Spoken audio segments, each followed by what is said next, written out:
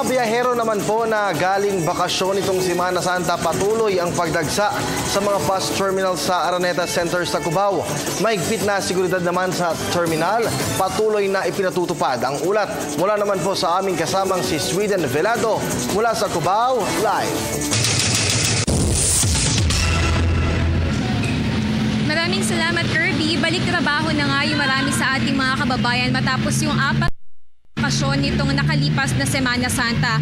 Kaya naman, Kirby, ngayong Lunes ay dagsa pa rin yung mga biyaherong galing sa kani-kanilang mga lalawigan sa mga terminal ng bus dito sa lungsod Quezon. Kirby, ayon kay Police Senior Inspector Mario Manipon, kahapon araw ng Linggo, umabot sa 6,000 pasahero ang kanilang naitalang dumating sa Araneta Center Bus Station.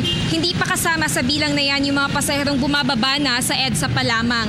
Ani Manipon, inaasahang mas marami pang babalik ng Maynila lalo pat nakalabas na sa Philippine Area of Responsibility si Chedeng at hindi na magiging sanhi ng pagkaantala ng mga biyahe. Sa usapin naman ng katuwang ng MMDA ang Land Transportation Office o LTO sa pagpapanatili ng seguridad at kaayusan ng trapiko sa bus terminals.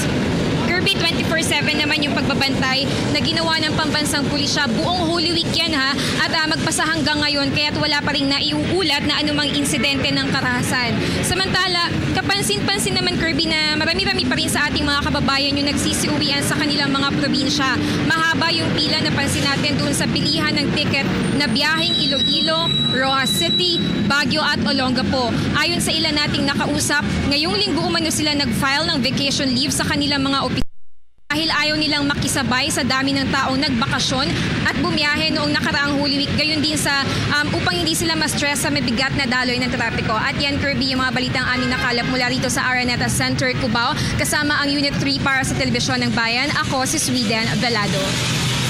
Maraming salamat sa iyo, Sweden.